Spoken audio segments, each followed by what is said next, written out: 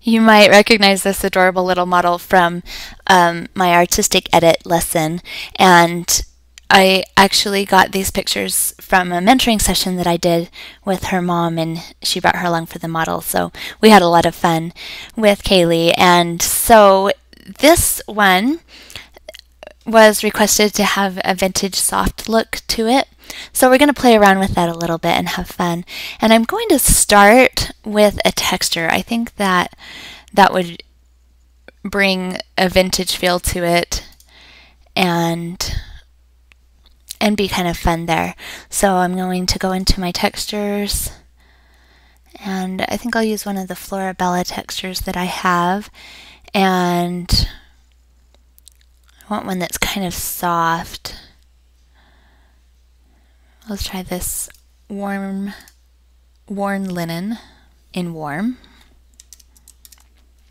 I selected all, copied, and paste, and transform.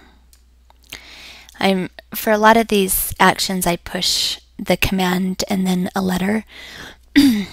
Excuse me, on PCs it's control. So command or control, and we'll make this an overlay, and that's really strong as an overlay, but we could play around with the opacity. Let's try it in some different blending modes just to see. There's soft light, hard light. I think I like this in a soft light also.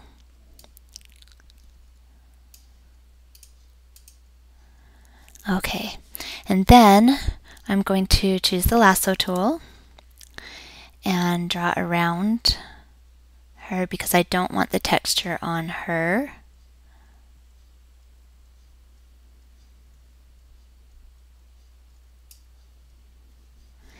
And then choose filter, blur, Gaussian blur, and I just usually put this up to the highest. It can be lower too, and if you want some texture but not a lot, then bring it to a lower number.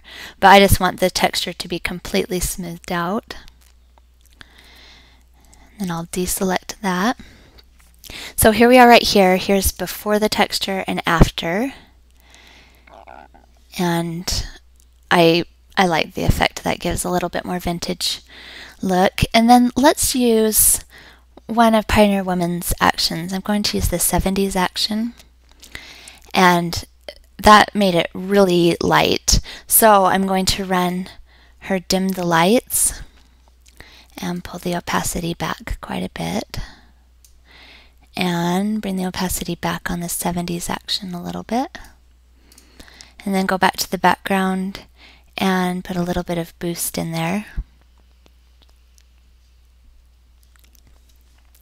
Okay, so this is what we've got so far. Here's the before, and here's the after. Definitely a vintage feel and look to it. We could leave it right here. I think it might need a little bit less of dim the lights.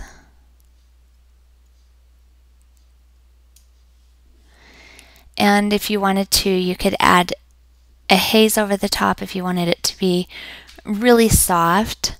I'll just show you what that would look like. There's a honey haze, and it takes out a lot of the color, and in that case you might want to bring some of that back, but I liked it better without the haze. You could add a vignetting if you wanted.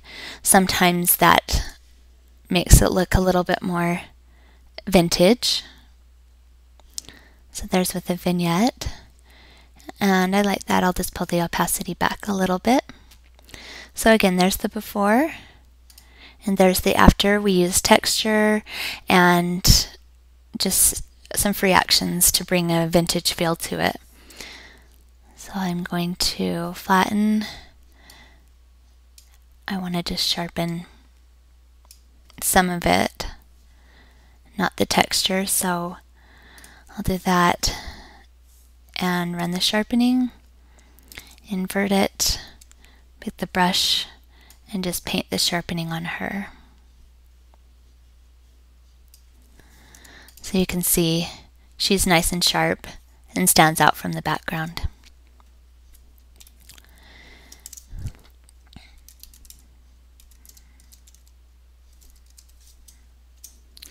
And that's all I'm going to do on this one. There's lots of different ways you can make a soft vintage edit, but there's just one of them.